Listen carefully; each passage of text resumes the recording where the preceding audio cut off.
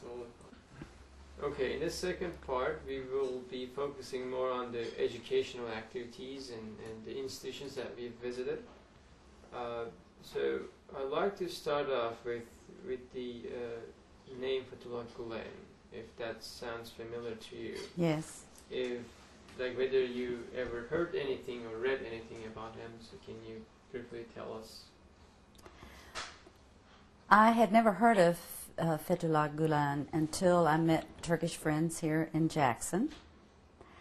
And since then I have been given some books and I have read some of his teachings.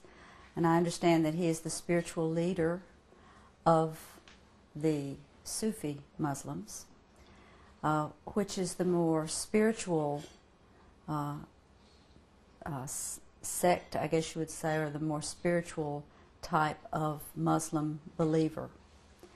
And I believe that Mr. Gulen is an advocate of peace, world peace, and dialogue, and has been very instrumental in spreading this message throughout the world by meeting with many prominent religious leaders and making statements to the press to protest terrorism in every form, and speaking out in many other ways to promote world peace. So, do you, by chance, hear about Mr. Gulen's advices or suggestions or inspirations that yields the educational activities? And did you get to visit any of those, and what do you think about them? Mr. Gulen is very emphatic about promoting education as one of the most important things that will further world peace and cooperation among cultures. And because he emphasizes this, the Turkish people place a great deal of emphasis on education. We visited several schools while we were in Turkey, and I was very impressed with the beautiful schools and the philosophies and the subjects and the technology that was available in these modern schools in Turkey. So, how do you find them? Like, are they really successful in a sense, or are they really? What do you think about them? I understand that educational methods in Turkey have been very successful because many young people get good educations in the lower grades and go on to universities throughout the world, in fact.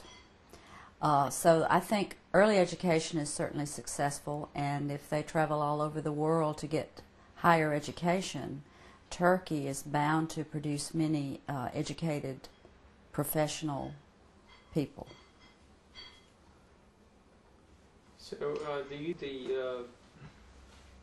the Gulen's call for or advices of promoting education activities in institutions, is it a kind of source of hope for the world's future and world peace? Yes, I've often heard that knowledge is power. And I think knowledge is even more important than that, because knowledge and higher education can bring about better understanding among people, not only in the academics, but in the social and emotional areas of life. Education is all important. We hear a lot about the importance of education in this country.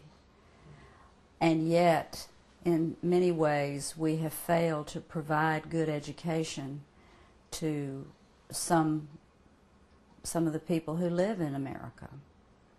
So I think Turkey is certainly on the right track in placing so much emphasis on education. So how would you rate the involvement of businessmen and entrepreneurs and families in educational activities? Is it a unique thing? Like, what do you put it? I was interested to find out that some of the sponsors of our trip in Turkey had contributed a great deal of their income to scholarships and educational programs in the private on the private level to schools in Turkey, to private schools in Turkey. They give a large percentage of their income to education. So that is quite a valuable thing. If all the people in other countries had so much interest in promoting higher education, it would be very beneficial to the world's population. Because as we know, we have many areas that are underserved in that area. In the third world countries, education is very hard to come by. So as we conclude this part, I would like to go into the interfaith dialogue and intercultural dialogue and connections in between the civilizations. And I'd like to start off with the prejudices, and we'll go basically like a storytelling. That first of all, we'll have the idea of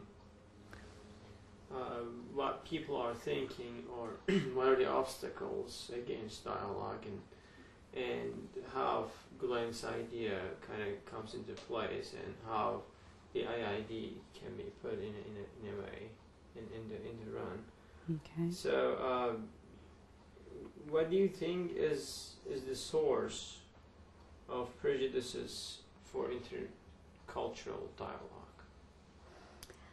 I believe that people know very little about other cultures.